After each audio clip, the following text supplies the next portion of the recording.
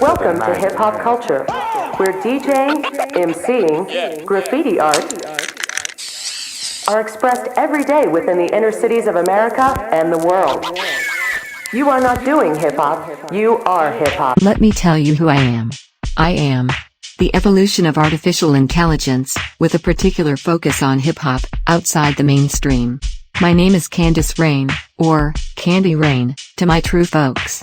I am your surreal, candy girl, and I am running down the sweetest rare jewels from the obscure side of hip-hop. In fact, we are following along the journey of the Exile Society and the Subterraneanz.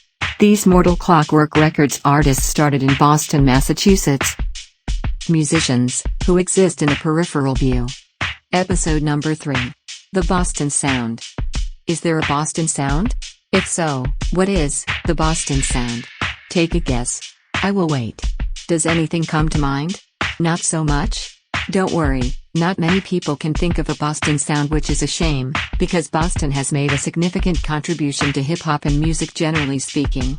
In the 1960s, Boston had a burgeoning garage rock scene with bands such as The Remains, The Rising Storm, Teddy and the Pandas, and the Rockin' Ramrods at the forefront, and of course, Aerosmith is an American rock band formed in Boston in 1970.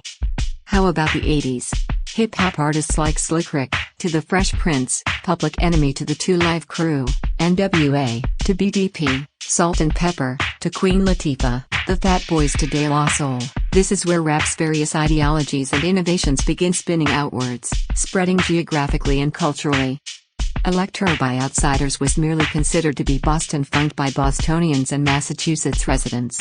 While Arthur Baker and John Roby are usually credited as innovators in the sound of electro and cited as major reasons for its growth, Arthur Baker's role as a member of the Boston Funk All-Stars and his regular Boston collaborators and associates' contributions to electro are often just straight up erased.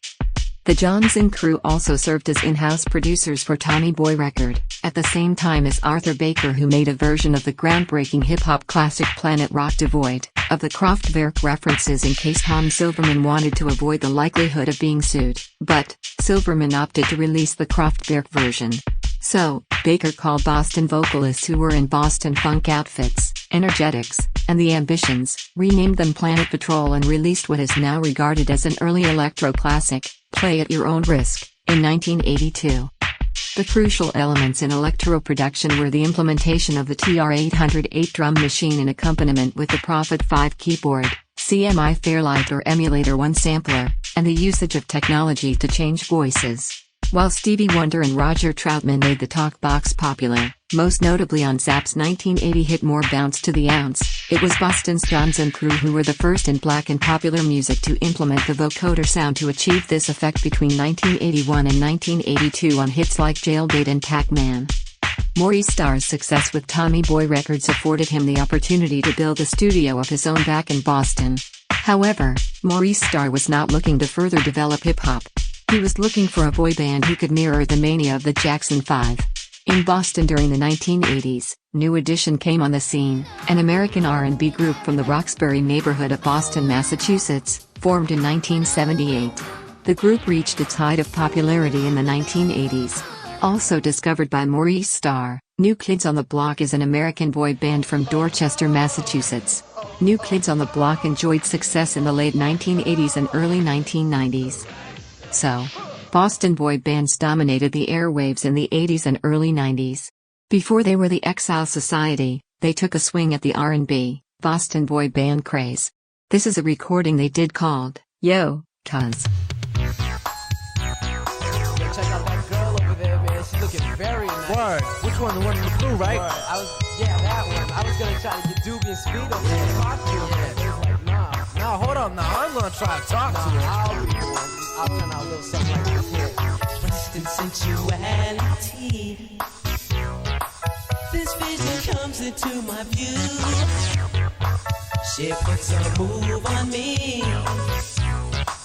Without to say yes, I want you. I've got to find the words to say. Okay, that's enough. That will do. Knock it off. Swing, and a miss. Having come to the conclusion that they were not cut out for the boy band bit, By 1989 Twist, Days, and Speed aka June Bug, had left the group. Now there were only three. Sean Ray became Trank, there was LCJ and Soundwave became BWS, they were then known as the LMO, Legal, Money, Organization. Still searching for an ID, still searching for their sound. The LMO went to White Plains, New York, to J Studio, a recording studio run by their cousin, J Mixing Dixon, a known New York radio entity. They recorded devoted to the microphone. The first serious step toward a developing sound. This song is on the 89 side of the limited edition 7-inch vinyl Mortal Clockwork release. J Mixing Dixon was also responsible for the first tune to get the group airplay on Boston's WILD and WERS. His remix of Theme and Tempo is now available as a digital release on the Hi-Fi Underground Shop record store.